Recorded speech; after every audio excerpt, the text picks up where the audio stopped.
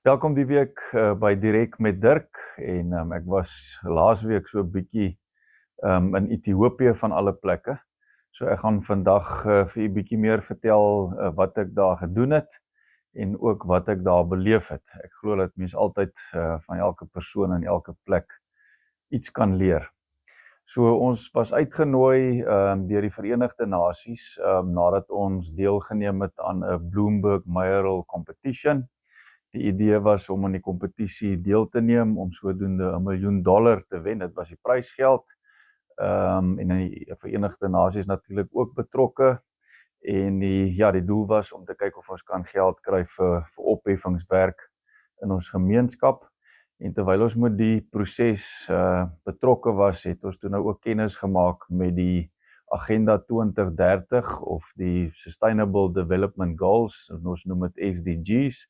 En ek gaan nou 'n bietjie meer rondom dit praat, maar ons het toe kennis gemaak met dit en agtergekom dat wêreldwyd en ook in Afrika lande word daar verwag van munisipaliteite en verskeie organisasies om te voldoen aan hierdie doelwitte en dat dit ook eintlik deel uitgemaak het van die kompetisie hoe jy voldoen aan daardie doelwitte. En het ek ook besef dat ons eintlik reeds baie goed vaar in verskeie van hierdie verskillende kriteria of dan doelwitte. Daar is 17 van hierdie doelwitte. En ek sal nou so 'n bietjie meer rondom dit gesels, maar wat ons agtergekom het is dat ons eintlik reeds baie goed doen en ons het toe aansoek gedoen vir die kompetisie en ons het amptenare wat baie effektief kon dan basies terugvoer gee van hoe ons voldoen aan hierdie doelwitte. En dit is dan op grond van dit wat ons uitgenooi is deur die Verenigde Nasies na die Afrika Beraad in Ethiopië, waar daar 19 verskillende Afrika lande dan kom terugvoer gee het hoe hulle voldoen en hoe hulle dit meet. En was ek baie bevoorreg om dan basies die enigste burgemeester te wees, die burgemeester van Addis Ababa sou ook gesels, maar sy munisipale bestuur het op die einde gekom. En sover ek weet met die hoofsessies waar ek gepraat het, ek het 2 maal gepraat, was ek dan die enigste burgemeester uit Afrika waarvan ek weet, wat miskien ook 'n tekortkoming was, want daar was klomp hoëvlak besluitnemers, ministers ensovoorts, maar daar was baie min leierskap wat kon terugvoer gee, maar hoe doen ons dit eintlik op voetsoolvlak? En dit was aan my voorreg om bietjie rondom dit te gesels. Eerstens, die oggendsessie in hulle hoofsaal, het ek gepraat oor hoe ons voldoen en het ek gepraat oor vertroue en vennootskappe in Mosselbaai. En die middag het ek dan gepraat rondom SDG 6 of dan doelwit 6 wat gaan rondom watersekerheid. En daar kon ek gesels wat ons doen in Mosselbaai, hoe ons watersekerheid bewerkstellig. Natuurlik is dit ook 'n vennootskap tussen plaaslike regering en nasionale regering. Nasionale regering is veronderstel om seker te maak dat damme saam met die departement waterwese om damme te bou in Suid-Afrika, en as 'n munisipaliteit is dit ons plig dan om daai water te versprei, om seker te maak dat ons pype in stand gehou word, dat ons reservoirs in stand gehou word, en natuurlik ons rioleringswerke ook. En kan ek ook noem dat ons natuurlik 8 boorgate in Mosselbaai het, 'n 15 megaliter ontsoutiingsaanleg, 'n 5 megaliter grijswateraanleg. Ek kon ook bietjie praat rondom innoverende nuwe tegnologie wat ons byvoorbeeld alge gebruik. So daar's verskillende damme, ek dink 7 of 8 verskillende damme waar die water deurgaan. Daar's verskillende algtoediening en op die einde van die dag is daai water wat dan vrygestel word van so 'n aard dat daar besproeiing gedoen kan word. En hierdie projek is in samewerking met wetenskaplikes asook 2 ander Afrika lande. So ek het gesien daar's in die media gesprekvoering rondom die Agenda 2030 en wat dit eintlik beteken. So ek sien ook dat daar bekommernis is dat daar een of ander duistere doel is agter Agenda 2030. Wat ek beleef het by die Verenigde Nasies is dat eintlik wêreldwyd of almal wat deel is van die UN of die Verenigde Nasies, is laat lande hier aan deelneem om te kyk hoe hulle byvoorbeeld, en hier is die verskillende doelwitte, ek gaan net vinnig deur van hulle gaan, en dan kan u self besluit of u miskien verskil van dit. Die eerste een is no poverty, die tweede een is zero hunger, die derde een byvoorbeeld is good health, vierde een quality education, dan een waarop ek dan gepraat het is clean water and sanitation, een waarop Mosselbaai munisipaliteit ook baie het om oor te sê is affordability and green energy. Ons is byvoorbeeld, en ek het dit ook genoem in my voorlegging, is die 2 solar aanlegte waarmee ons besig is, albei 2 megawatt met battery rigsteen, sodat ons water en riooldienste alles kan aanhou, al het ons is dan 'n stadium 6 beurtkrag, en dit is ook dan in terme van doelwit 9 Industry, Innovation en Infrastructure, en u sal verstaan ook, dit is hoekom ons so baie goed doen en genooi is, want ons het redelik voorbeelde in al hierdie verskillende kriteria. Die volgende 11 is Sustainable Cities, in terme van wat ons doen natuurlik oor hernubare energie, is deel van Sustainable Cities. Dan byvoorbeeld 16, doelwit 16 is Peace, Justice and Strong Institutions, en Mosselbaai glo ons aan om sterk instellings te hê, skoon regering, en laat ons die gemeenskap met respek hanteer. En dan byvoorbeeld doelstelling 17 gaan rondom vennootskappe, en ek het redelik baie daaroor ook gesels. So dit is hoekom ons genooi was en redelik goed doen, want in terme van ons strategie, net soos wat daar deur die Verenigde Nasies 'n strategie is, hoe hulle verbetering binne mense se lewens in plaaslike regering en in regering wil bewerkstellig, net so het Mosselbaai munisipaliteit 'n strategie, 'n groeistrategie, en verskeie dele van ons strategie, eintlik al die dele van ons strategie het definitief raakpunte en bewyse van hoe ons dit baie goed doen in terme van hierdie internasionale standaarde.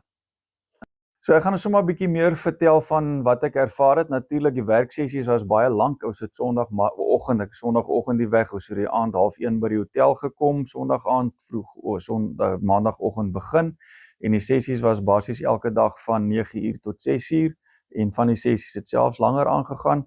So ek het baie kort tyd gehad wat ek kon wegglip. Ons het donderdagmiddag is ons weer terug lughawe toe, en ook op pad terug lughawe toe kon ek redelik baie ervaar.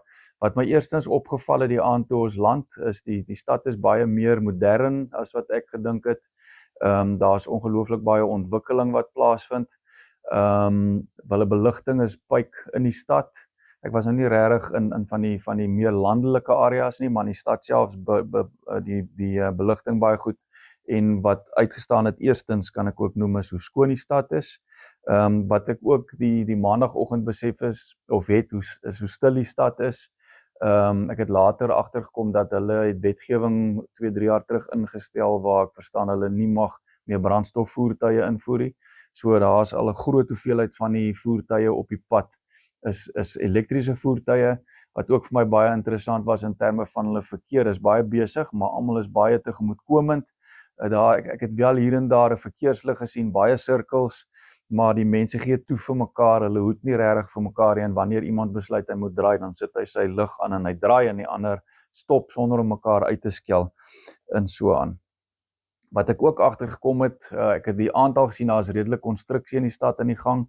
Op pad lughawe toe kon ek sien dat dit aansienlik meer is as wat ek gedink het, en ek vermoed tussen die middestad en die lughawe wat ek kon sien is daar maklik 200 geboue waaraan gewerk word, multiverdieping geboue. Wat my ook beïndruk het is die manier hoe hulle die boupersele toemaak, so hulle maak dit toe met plaat, met pragtige motiewe op om die hele stad netjies te laat lyk. En wat ek ook ervaar het is hoe hulle dan skerms, teen hierdie skerms verskillende baniere ophang van die stad se doelwitte in hoe die stad vorentoe gaan en hoe innoverend hulle is. Wat ek ook gesien het is kommunikasie infrastruktuur, ongelooflike hoeveelheid skerms wat amper op elke blok van die stad op is, hoe daar ook skerms aangebring is teen die ligpale, pragtige ligpale. Die stad lyk baie modern, en hoe daar effektief kommunikeer word met die inwoners. Dit is ook interessant, want mense sou nou dink dan het hulle seker ook nie baie beerdkrag of mense wat kabel steel as hulle so swaar investeer in elektroniese kommunikasie nie. Wat ek ook ervaar het is hoe veilig die stad is. Daar's ongelooflik baie veiligheidspersoneel, wat jy oral kan sien, 'n sigbare polisieering, mense op die grond, en dit sluit ook natuurlik aan by een van Mosselbaai se doelstellings, en ek was bietjie geïnspireer oor hoe goed hulle dit doen. Natuurlik gaan dit ook oor bekostigbaarheid. Dis 'n stad van 13 miljoen mense teenoor 'n dorp van 150.000 mense.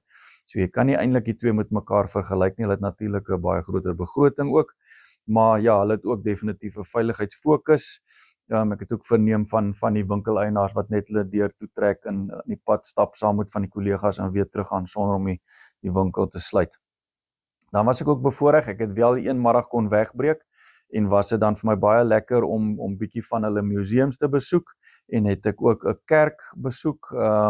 So Ethiopië is ook 'n grootendeels 'n Christenland. Hulle het wel 80 verskillende etnisiteite, maar hulle het ook 'n ryk geskiedenis in terme van Christendom en dis natuurlik ook 'n raakpunt met Suid-Afrika. Dit is een van die oudste Christen of lande in Afrika met Christen geskiedenis. En dit was dan ook vir my groot voorreg om een van hierdie pragtige ou kerke te besoek. Ja, so dit was vir my baie leersaam as ek dit alles moet opsom. Met elke persoon wat ek praat, vergelyk hulle of dink hulle Ethiopië is wat ons in die 80s of 70s toe hulle kommunistiese staat was, ervaar het met groot hongersnood en droogte en sovoorts. Dit is glad nie wat ek ervaar het nie. Dit is 'n moderne stad, ongelooflike groot lughawe, ongelooflike hoeveelheid vliegtuie, ongelooflik goed georganiseerde lugredery en die infrastruktuur in die stad, ongelooflik hoeveelheid konstruksiewerk, kan sien hoe mense uit armoede gelig word. Daar's wel natuurlik informele areas met markte wat ek ook in terme laastens miskien ervaar het met hulle informele handel, is dat hulle soos ons in ons geformaliseerde areas winkels het wat formeel handel dryf en waar daar nie kompetisie is op die sypaadjies van informele handel nie, maar dat hulle wel selekteerde areas het waar informele handel dan toegelaat word en waar dit ongelooflike besige markte is, ook in jou minder bevoorregte areas.